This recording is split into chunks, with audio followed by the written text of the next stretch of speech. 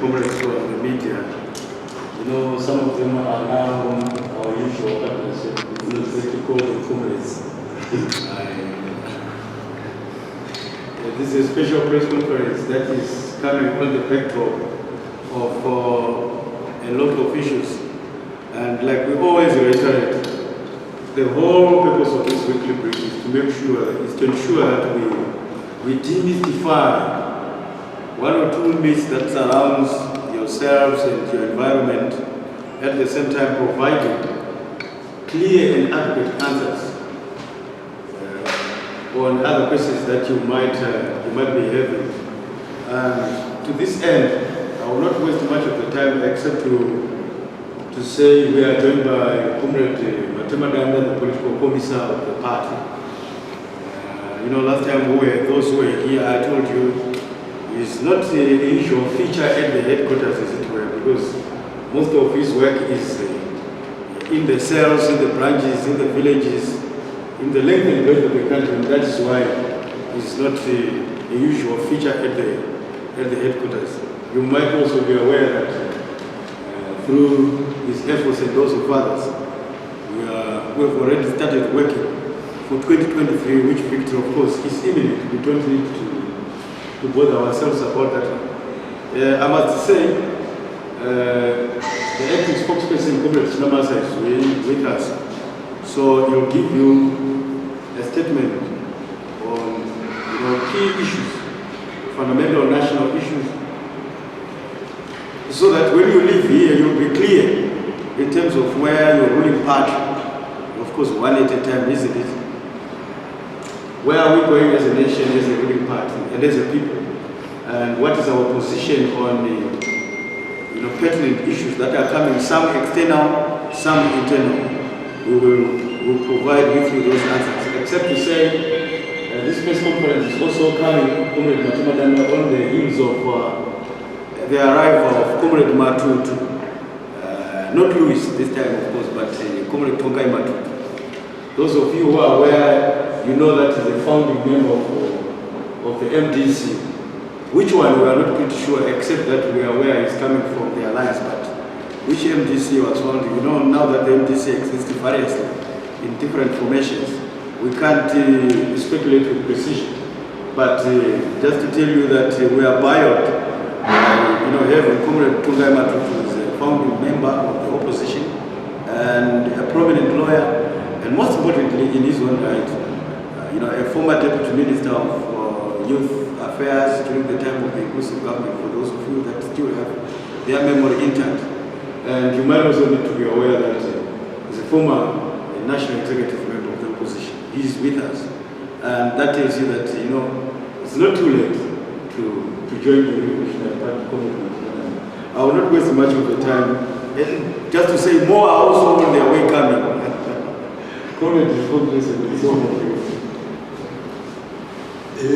Thank you very much, all of you, for coming to our weekly brief.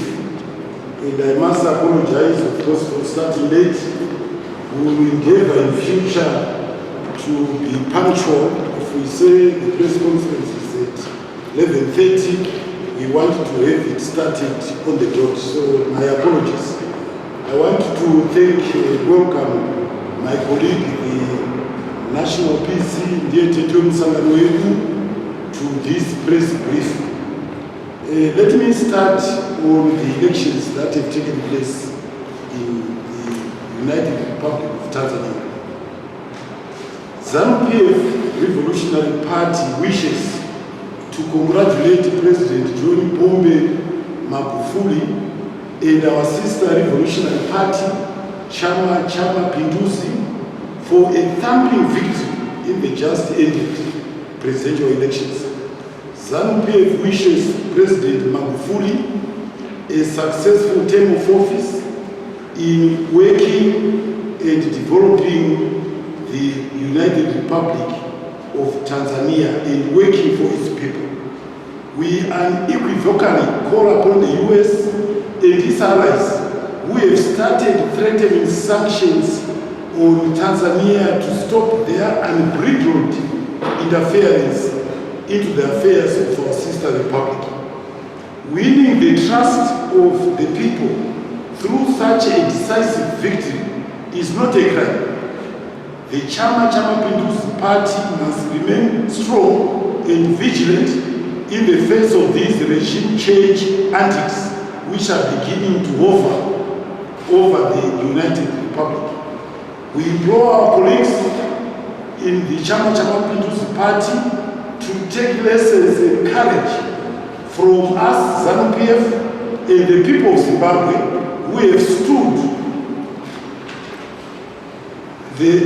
with resilience and steadfastness against the sanctions and the machinations of the West. The West has no colonial responsibility over the United Republic of Tanzania and therefore cannot prescribe its path to development. And I want to emphasize that Africa's challenge is to have uninterrupted, uninterfered development. And we come across again and again interference, especially from the West, seeking to interfere with our development path. Yesterday it was Zimbabwe. This time they are seeking to do it in Tanzania, as they've been doing in other places as well. Last week there was a debate in the House of the British House of Lords. That was on the 27th of October. We took note, of course, of the exchanges that took place during the question and answer segment in the House of Lords, and we have this to say. And I want to conclude this statement on the House of Lords remarks by underscoring the key points that we want the British government, the British Parliament, and the British public to take note. The ZANU-PF Revolutionary Party has taken note of the baseless debate that ensued in the British House of Lords, where blatant lies were made, among them that Ms. Henrietta Rushwaya who is facing charges of gold smuggling is a niece of our president, Community Team Nagabu. They also went on to insinuate that Henrietta was doing so supposedly on behalf of the First Family. This is not only a ridiculous claim, but one that makes us question the mental faculties of the so-called House of Lords, and also the malice that is exhibited throughout the debate against not only Zimbabwe, but against its president and also its people. That was a below-bar attempt to smear the global standing of our nation and our president, which the progressive world, however, is aware that the British and its allies have invested heavily on this smear in character assassination. We reiterate our call that the British Parliament has no colonial responsibility over Zimbabwe and its governance systems. We fought colonization and their kith and kin here, and we defeated them. The Union Jack does not fly anymore in this country. Its fall signaled the fall of colonization and the emergence of an independent and sovereign republic. As such, the British must stop behaving as if they have a duty to babysit Zimbabwe and its leadership. To that we say no, and whoever harbors those thoughts must wish them away. The international community must take interest in that discussion to see for themselves how the British and our detractors are baselessly trying to maintain a policy of hostility to our national people and our leadership. That should stop forthwith. We applaud the Zimbabwean Parliament for standing firm in dismissing the British machinations. Zimbabwe is not a second-class nation to the British, and whoever looks at us as though it must go harm. Equally, they are threatened to tighten sanctions on us at a time when our government, through the Ministry of Foreign Affairs, is spearheading His Excellency's re-engagement and engagement strategy is regrettable. If the British and the Americans continue that regrettable path, we will, through our legislature, mobilize tough measures on their surrogates and psychopaths here. Our parliament is ready and our people are ready. We are tired of being punchbacks of this angle-tone politics.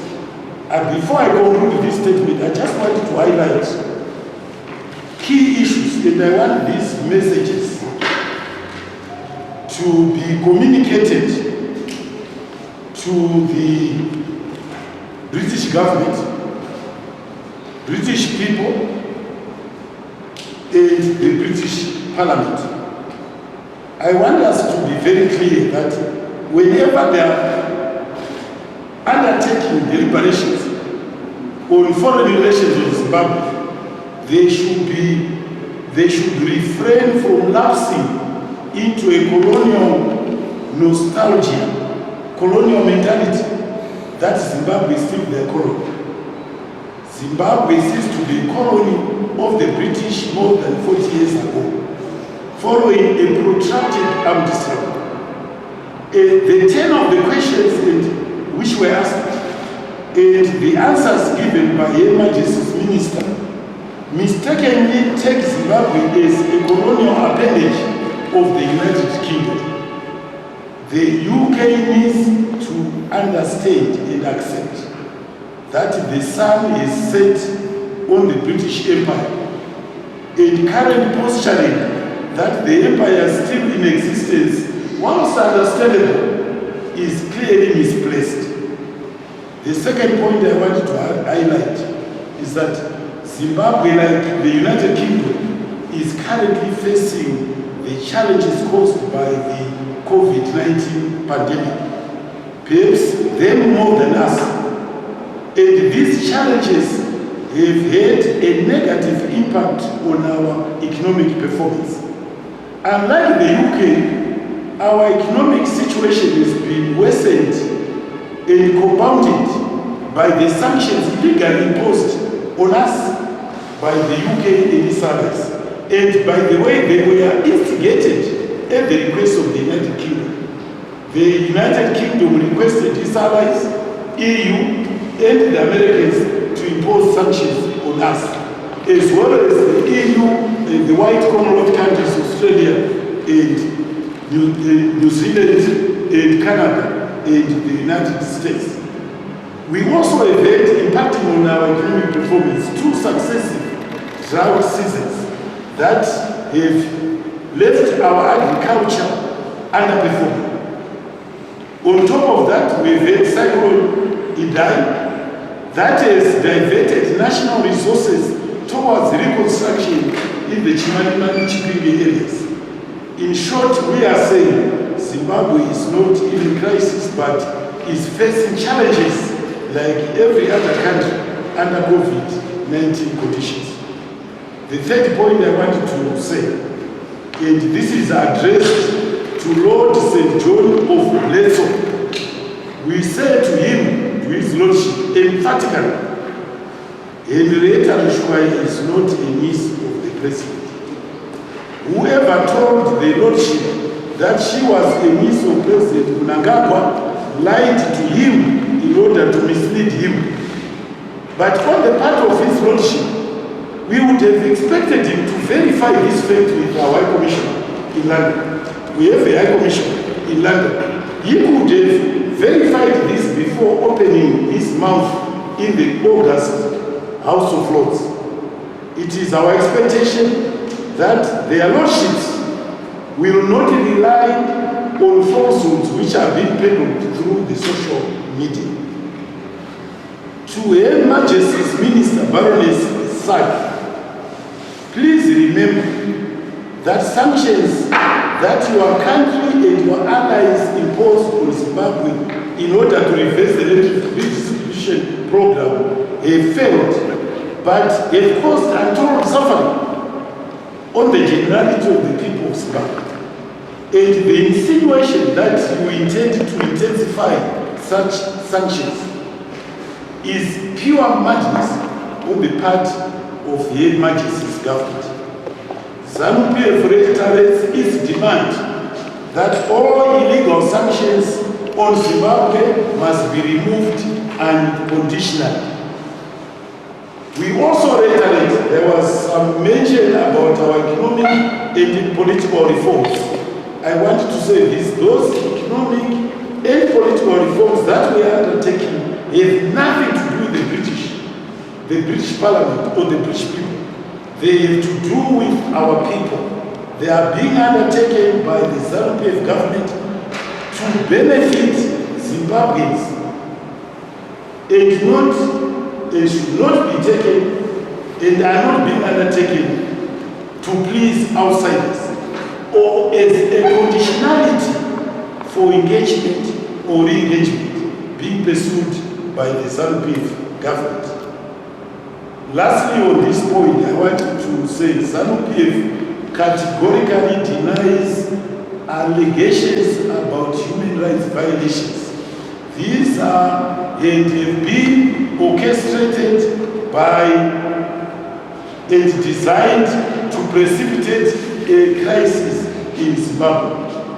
Zimbabwe remains a peaceful country, upholding the rule of law, and is committed to walking on its path uninterrupted, undisturbed, towards the achievement of its Vision 2030 to achieve an upper middle income society. That is what I wanted to say on this issue about the debate in the House of Lords.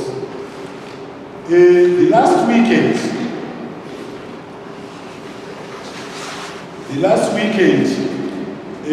we had very successful meetings in 8 of our 10 provinces,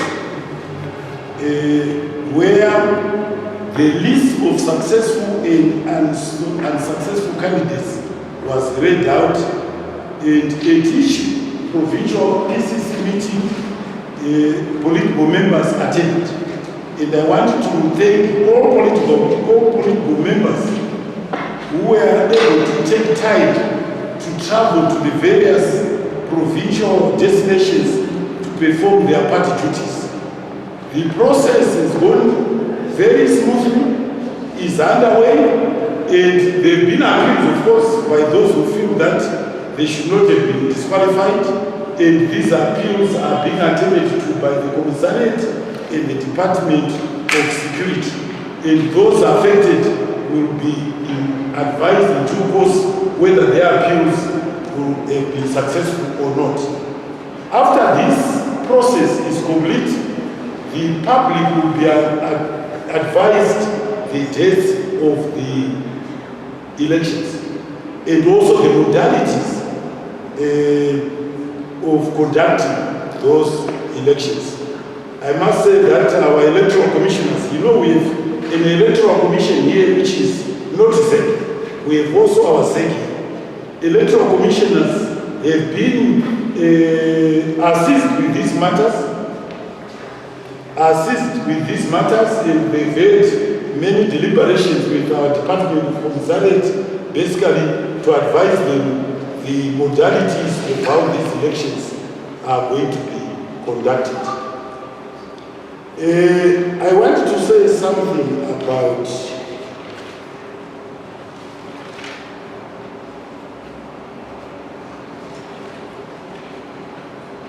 name dropping. It's a disease which is becoming almost in our country endemic or pandemic, and I think the party needs to make known its position. The ZANU-PF Revolutionary Party is declaring a war on name droppers. We have noted with concern that these name droppers are abusing the names of senior leaders in the party, government, and the first family. They allege that they are relatives of senior leaders and go about calling people in the name of the party and in the name of our leadership. That should stop forthwith. Here at ZANU-PF, we have filed some of these name droppers, Coleman and Colwyn, who abuse the name of the party and leadership. We challenge you as media practitioners to expose these fraudsters and extortionists whenever you come across them. In the next press conference, after full investigations, we will name and shame them. You know, the form that these name dropping take, essentially they're in various forms. Some, whenever they've got an opportunity to meet our president, who, as you know, is declared an open door policy, they ask him for selfies. And the president always obliges, which is a good thing, and will never ask him to stop obliging those who ask him for selfies. But when they go out, they use those selfies either in the pub to get people to buy them drinks, or to use them for extortionist purposes. That should stop. Then you also have, should we say, relatives. They could be relatives. Some of them are not even relatives, who go about name dropping that they are related to the president. They may or may not be related to the president. If they are related to the president, ZANU-PF is saying, we have no interest whatsoever in your relationship with the president. It has nothing to do with us. And we take strong exception that you are seeking, even as a relative, you are seeking to appropriate the president to you. The president is a national figure, is a president of all of us, irrespective of tribe, irrespective of region you come from, irrespective of religion. And we would not want any relative or any person to seek to appropriate the name of the president or their relationship with the president to put the president in their pockets. The president will not fit in their pockets. And that is the message we want to make sure it reaches all of us. We do not want any of the sort. Of course, it's also very clear that those who do name dropping, either they want a service, and they want to intimidate, psychologically intimidate those who are giving a service to do so even when they are not warranted to receive the service. Again, to those who come across this name dropping and who are performing official duties, whenever anyone name drops the president's name or anyone in the party, I would say, stop giving the service. Phone us to verify whether, of course, they are coming from the party or not. Because we also want to know who they are, so that we can take appropriate action against such people who put the name of the president, the name of the first family, the name of ZANU-PF into utter disrepute. So I wanted to have that very clear. So there have been relentless attacks on members of the first family. One positive way of looking at it is that the enemy is now aware that where we were crawling and walking, we are now, should we say, running a marathon toward the achievement of our Vision 2030. And the enemy is naturally worried by the successes that we are scoring and that we are going to score. And the enemy has decided to pull the feet and the legs of His Excellency by distracting his attention from his main focus. Again, those relentless attacks must also stop. And as we go in our future press briefs, I will not stop highlighting either the media or individuals who have embarked on unfounded, unjustified, relentless attacks against His Excellency the President and members of the First Family, starting with the first lady, the children of the first family. That must stop. We will continue to highlight those who dare take that path. I also need to applaud government. Finally, maybe not quite finally, to applaud government for the Bite Bridge Harare Road construction. You know, I looked for the figures and I was happy to know that the Harare to Bite Bridge stretch, I believe, is 500 kilometers or so. Already about 100 kilometers has already been done. About 100 kilometers in a very short period of time. And what I wanted to highlight, and will never tire highlight, is that this project is being undertaken by local companies, local indigenous companies, and there are 5 of them. So here, the ZANU-PF government is empowering local and developing local capacity in road construction. And I want basically to say that I hope that this employment of local companies will be extended to cover road and dam construction as well. On the road construction, I just wanted to appeal to government. I understand that government is a bit behind in terms of payment of the invoices by 3 months. I want to appeal to them that this needs to be corrected. That the Ministry of Finance needs to correct this. They must be up to date with their payments so that the companies can perform optimally when in fact they have done work, they need to be paid. Lastly, of course, like I issued a statement last night, welcoming Tongai Matutu to the ranks of ZANU-PF, and I mentioned, of course, in that note that we'll find opportunity for him to undergo induction into the Herbert Chiteko School of Hydrology. What I wanted to underscore, of course, is that the MDC, in whatever format you find them, they are in disarray. They are in disarray because they've never worked for the interests of Zimbabweans. They have no ideology. They have no policies except to just say Wamunangagwa must go, ZANU-PF must go. That is their policy. It's not a policy. You can't take over the country in order just to say a government, which is a sitting government, must go. So clearly, what is making them split and split and split is basically that there is nothing to unite them. They are just a bunch of individuals pursuing individual personal interests.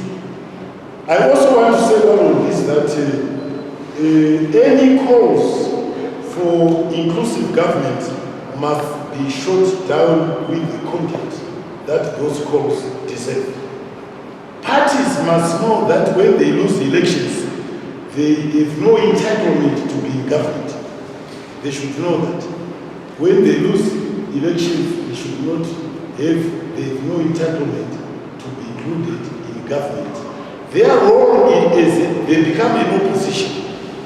And their role is basically to hold the government to account in parliament and even outside parliament. To call out when in fact they think the government is offside. That is their role.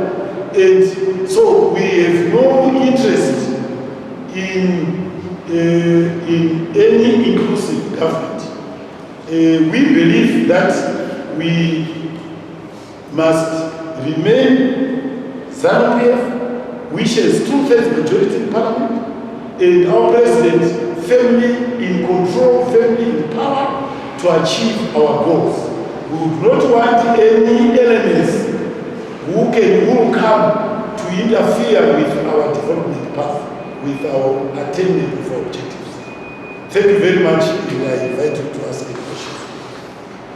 Thank you very much, Comrade Spokesperson, Acting Spokesperson.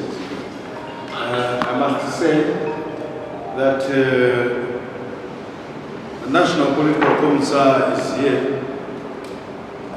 to clear the air and answer to you on some of the issues coming out of the papers, document, You hear people saying ZANU-PF is in factions.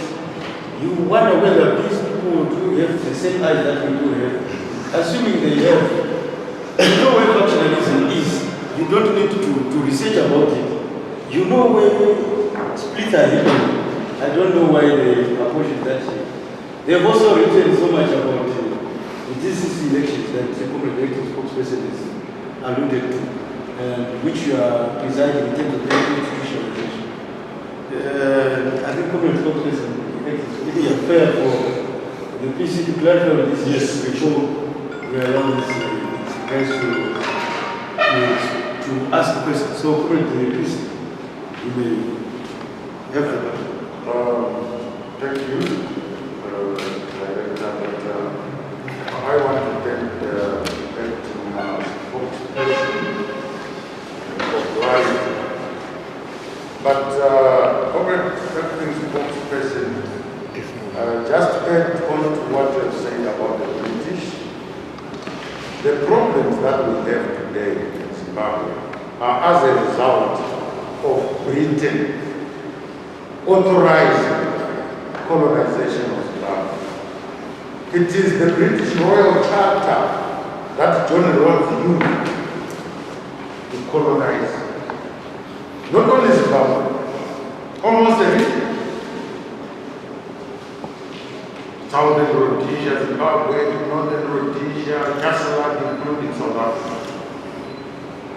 So every other problem that we have is as a result of the authorization of colonizing Zimbabwe by the British Empire. And when we have problems, they mustn't pretend they don't know what caused the situation in which we are. And they cannot pretend they want to debate about sanctions. They cannot pretend they want to debate about our economic situation when they know very well that it is them who created the problem by colonizing us, taking, plundering our resources for close to 100 years, leaving nothing when they went at independence, and continue to mistreat us by imposing illegal sanctions. So you are spot on. They must mind about their own business. And one day I was saying, the Queen should not retire before she resolves the problems created by a mother or a grandmother of signing the Royal Charter that is causing problems. Comment Director talked about people, trying to create opinions that, for example, these days they say that there is a faction, one that is pro the president and the other one pro the vice president. I don't know where they get it.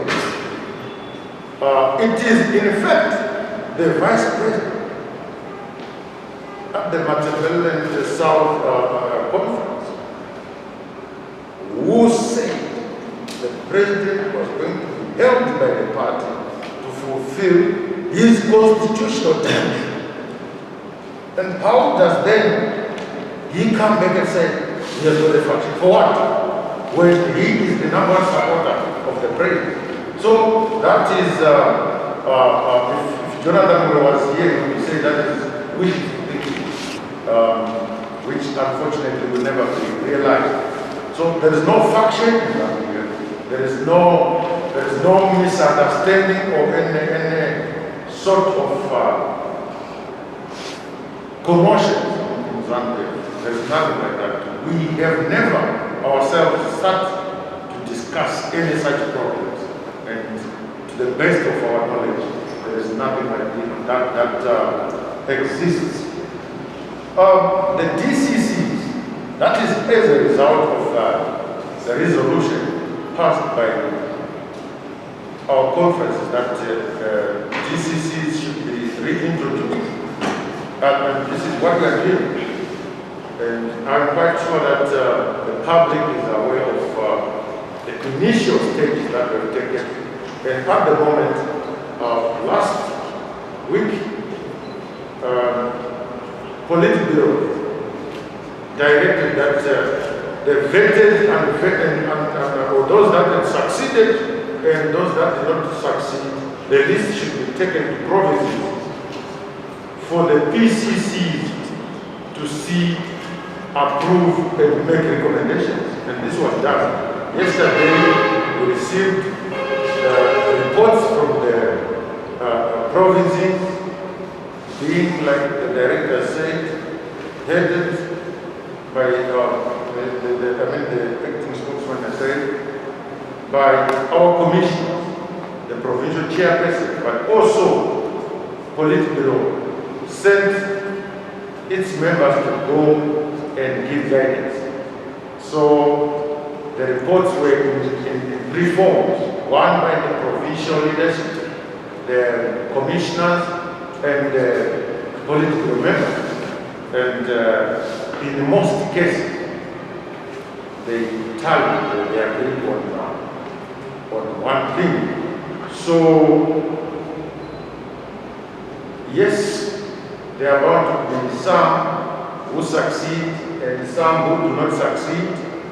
And it is for the security department to say who does qualify and who does not qualify. But most of the people that failed to qualify, it is a question of time in positions that enable someone to rise to the level of a DCC leader.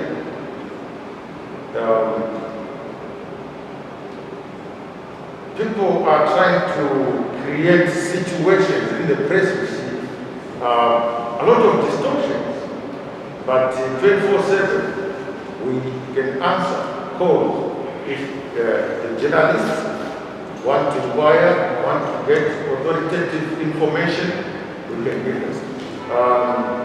One day, a certain journalist, I'm not saying him yet, phoned to say he had seen something on social media and he wanted me to comment.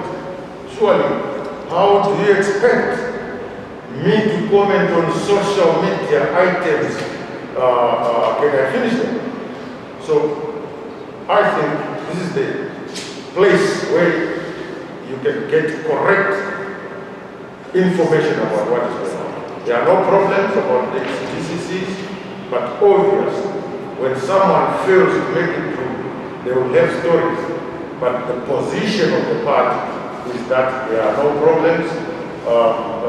The fact that someone might not succeed does not mean they are not party members, but it's just that they do not meet some criteria that is required, I think.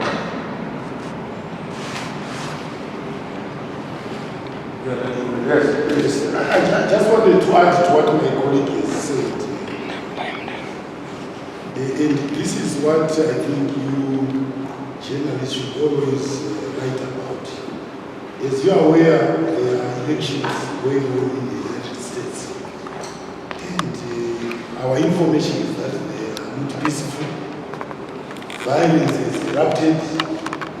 Some streets are barricaded. Now, what I just want to say is, we have nothing to learn from these countries. The sooner we learn about